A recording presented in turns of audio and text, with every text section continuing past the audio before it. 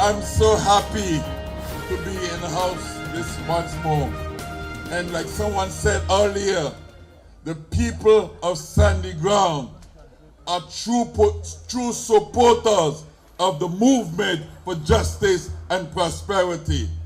And that is proven, and the fact that so many of you, despite other meetings, you are here with us tonight, and you are here to stay with us all the way to victory. So that is how I know we are on to something great for the future of our country. And what is good about the presence of this important crowd tonight is that we have people from St. Martin, we have people from Santo Domingo, we have people from Haiti, we have people from Jamaica, St. Kitts, and all the other areas of the Caribbean. And together we are here united as one family behind the MJP team to guarantee that great victory on the 19th of March 2017. So yes, I stand here with joy.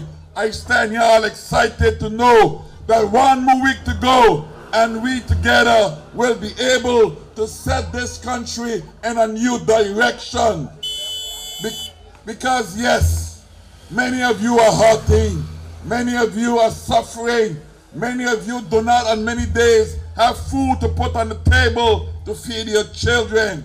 Many young men are crying out, we need a job in Sandy Ground. We want to live a decent, clean life. We want to get out of the gangster life because we want to do something different with our life. But let me say to all you young men in St. Martin who feel hopeless, well, the train of hope and prosperity is passing by.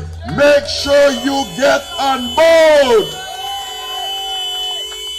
because we are about putting people first. We are about making sure that the development of this country also serve you, the people of Sandy Ground.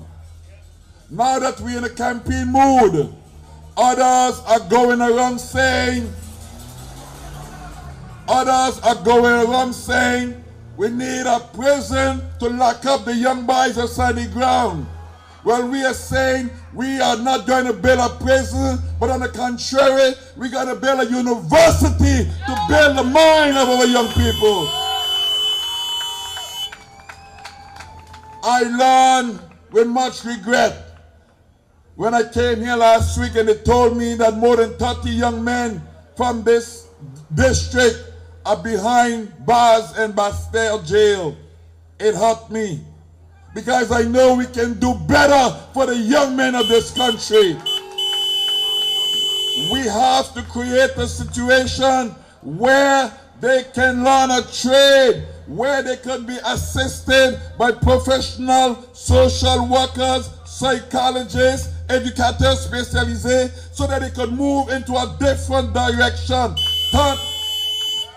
turn their back away from the delinquent lifestyle that has no future, but yet offer them new hope and a new direction in life.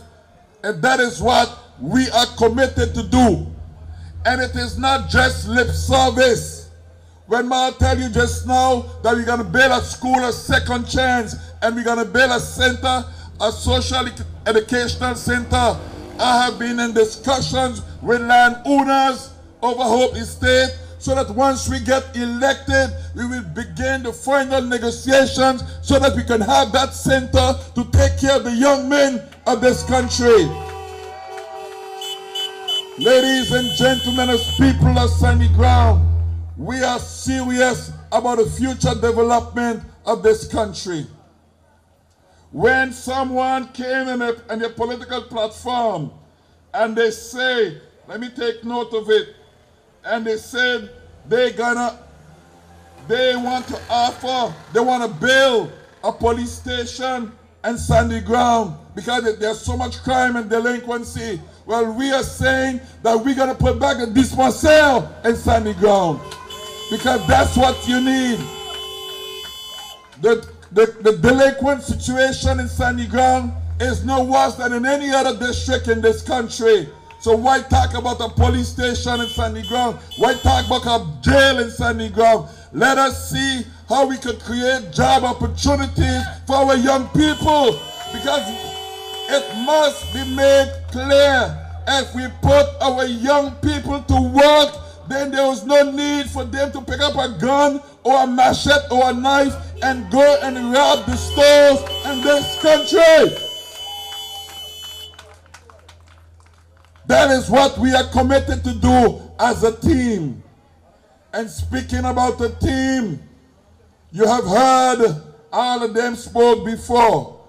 And I'm sure by now that you are convinced that you have made the right choice when you tell yourself that you are ready to give a resounding victory to the movement for justice and prosperity. You want me question rightfully, how are you going to create jobs? Well, let me begin by saying, first and foremost, there is that up in the savannah, a center called SDIS, Service d'Incendie de Secours. And every year, there are concours organized, and most of the professional pompiers come from elsewhere. Well, let it be known tonight that this will soon come under local management, and we will organize our own concours in St. Martin, and all the young boys and young girls who want to become a professional fireman will have the opportunity to pass that concours and be hired to become a professional fireman in their country.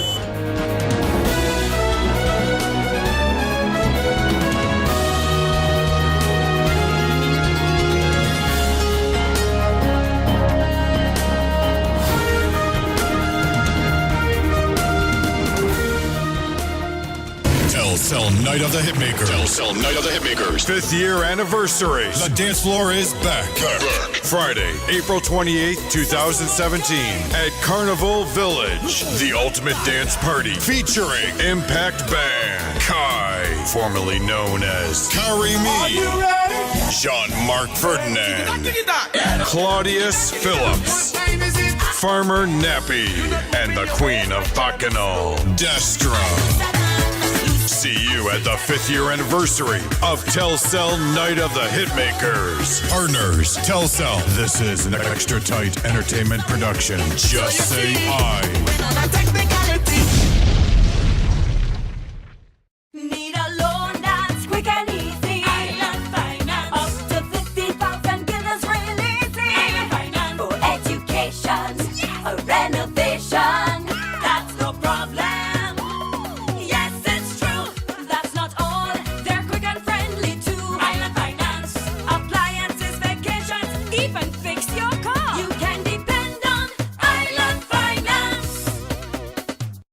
GEBE has been faithfully serving the communities of St. Martin, powering your home and our economy.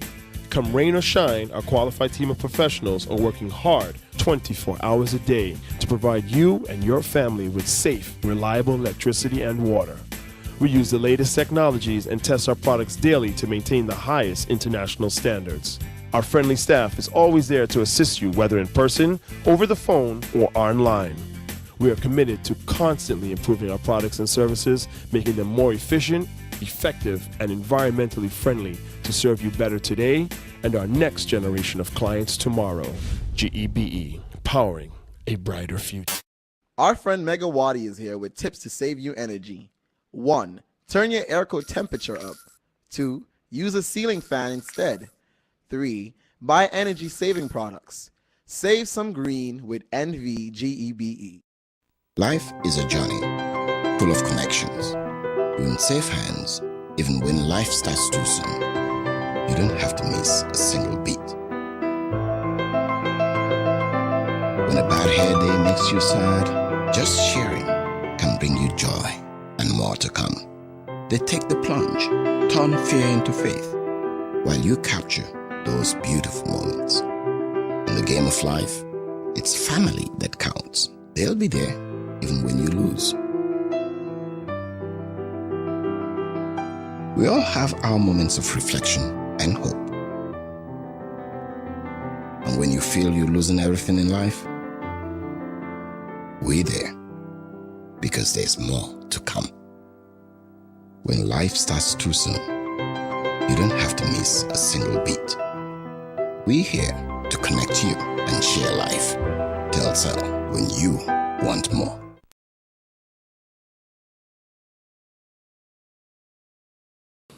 Of course, we could not meet without further discussing the situation with the land border demarcation negotiations that are supposed to start. If I am correct, it has been agreed upon that the negotiations between the Republic of France and the Kingdom will begin, I think it was on the 2nd of May, but I think it's on the 2nd of May. The border demarcation negotiations will begin. In the interim, we've had the meeting that was held and information was shared about that. But what I have done is had further discussions with the minister, and then he said, he better understands some of the things, pertaining to Oyster Bay. We also discussed the visa policy because we have, it is said that the visa policy is a kingdom matter, but we wanted to know, I specifically wanted to know, how does that relate to the execution of the policy? Is it so that if does the kingdom decide that citizens for a particular country in the region require a visa for the entire kingdom? Or can we, as St. Martin, for instance, say, hey, if you're exempting country X from a visa requirement, we don't want it applicable to us? Because what may be applicable, what may be convenient for Curacao or Aruba may not be convenient for St. Martin. And what St. Martin might say, well, we rather citizens from X country be exempted from the visa requirement, and Curacao and Aruba might say, no, we want visas for those people. So that is actually allowed, while they would rather have a unified policy. The fact that one country can deviate was part of the discussion. One of the things specifically about visas that we had also talked about is one would know about the ongoing battle, if you would want to call it, that some of the brothel owners are having with the public prosecutor. And, the public prosecutor has accused some of the brothel owners of human trafficking and human smuggling. Now, what you have playing is that the brothel owners, whether they have applied or the persons in questions have applied wasn't, I'm not too clear on the exact thing, who did the application. But what has happened not too long ago was that a number of persons applied for visas, the visas were granted, and then they were canceled. So that I also discussed, and I said, it's kind of condemning somebody, having them actually deciding that they are guilty, and they would now, they're guilty before being condemned. So instead of being innocent until proven guilty, you're guilty until you can prove your innocence. But if it takes 2 or 3 years to prove your innocence, in the meantime, the business is shut down. So virtually by the decision of the public prosecutor, the business can no longer operate, because if you cannot get visas for persons to work at the place, then you are de facto shutting down the business. To that, the minister said that, there's nothing I can tell him to convince him, as long as there's an indication or resemblance that there is human trafficking, they will not issue any visas.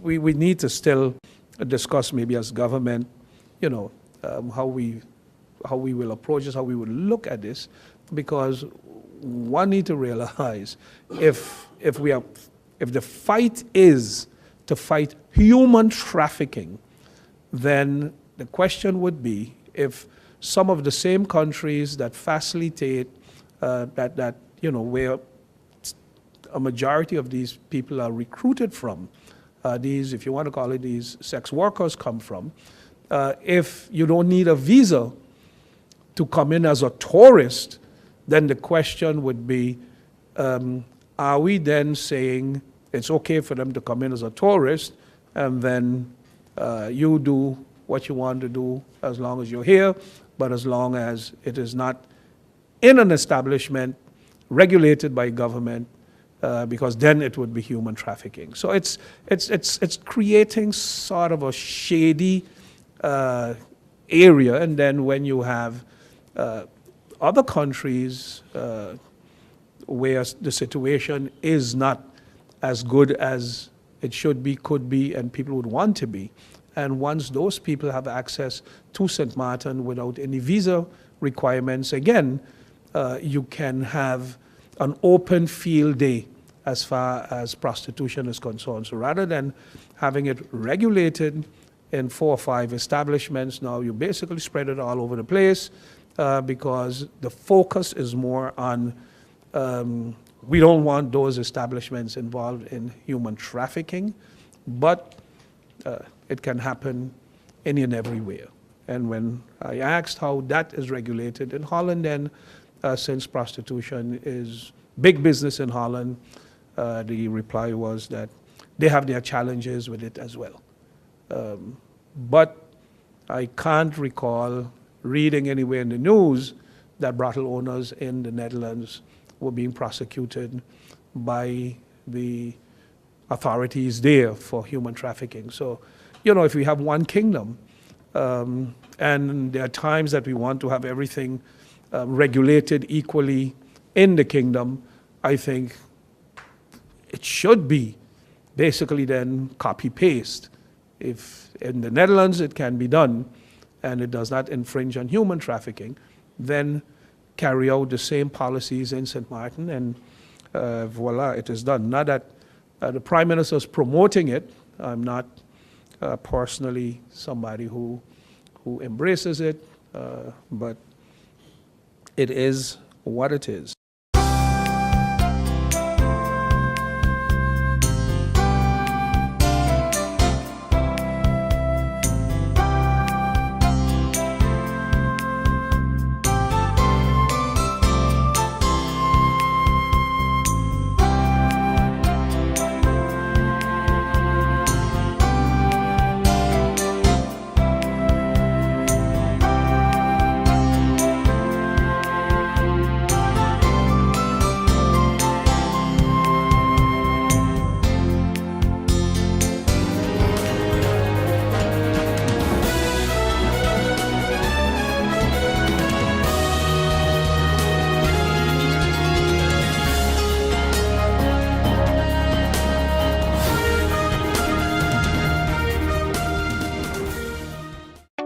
People all across St. Martin are switching to a more rewarding experience.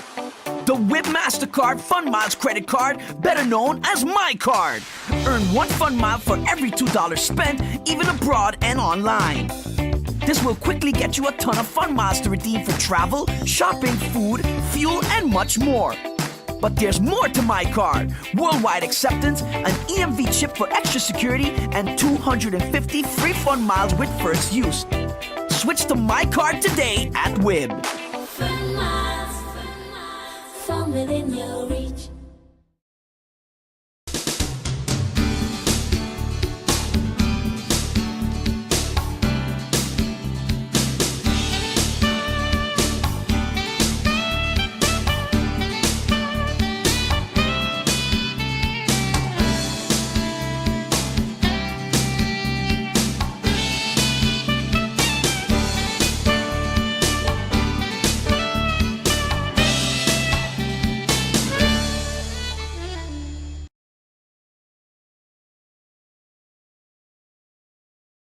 Well, it's very key that you take a keen interest in your health, and also how do you plan for the future in terms of what is ideal for me, or what is ideal in terms of a financial living circumstance. It's very important as well to identify what aspects of my life I may need to focus on in terms of whether it be health, whether it be my financial planning, or whether it be other aspects with regards to the health fair. And that's something I think many individuals are going to be surprised about. The health fair is going to have a number of various stakeholders who are going to be presenting information that is very key, and that is something definitely that everyone should be interested in. My name is Parveen Boertje. I'm the Chief Customer Officer of SZV. And we are very happy to be again part of the Alliance Health Fair this year. For us, it's a great way to reach out to our clients, to meet other stakeholders, and also do one of those things that people often tell us to improve, which is to communicate with our clients. So that is exactly what we are doing over there. What benefit health is for your organization to be attending to this? So there are a lot of benefits. One of them is to explain to our clients what the rights and obligations are from the social and health insurances. So then we're talking about the medical coverage, but also about AOV, and if needed, your medical referral either locally or abroad. So we can explain what the procedures are, we can explain what you do if you do not agree with any decision from us. So we can really explain and empower our clients to better communicate with us, and we also dare to listen how we can better communicate with them. Okay, you know, you all have a large operation. Yeah, right? that's correct. And what are the things you're all going to focus on? In the Lions Fair, Yes. we have two topics that we would like to highlight. One of the topics is rights and obligations of the ZV insurance, the healthcare insurance. We recently held an information session which was very well attended, and we would like to take the opportunity in this edition of the health fair to again give out that information about your coverage, the services that you are insured for as an SZV client. And we also will be giving 2 information sessions for the people to come in and to really get that information. The second topic that we will highlight during the health fair is medical reimbursements. That is the procedure when you have to pay your medical cost out of pocket. There are ways and means how you can reimburse those medical costs. Of course, like every of our services, it's bound to requirements and regulations, and we would be happy to inform our clients what those rights and obligations are.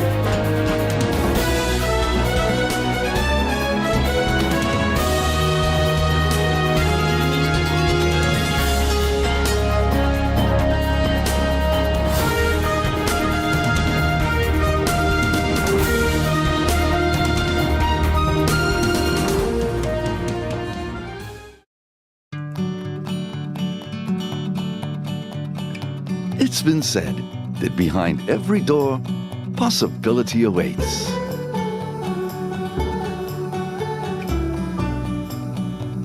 How much possibility depends on which door you open first. Every day, we help our customers discover the possibilities in their lives. It all starts with a conversation. Scotiabank. Discover what's possible.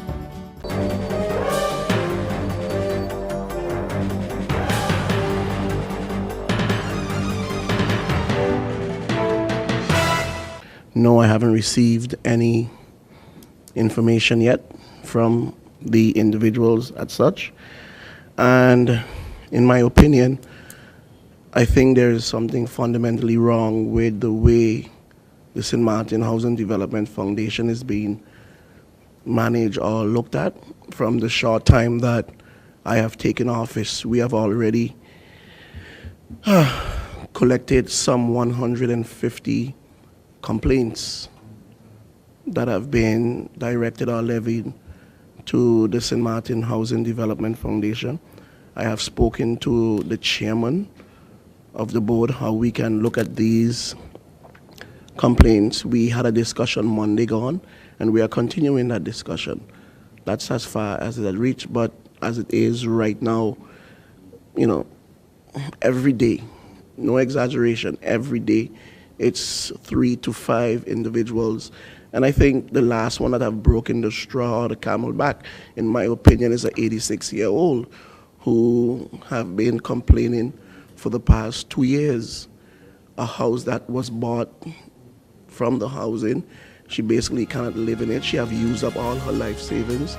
But it's a discussion that needs to be had, and we are working on that.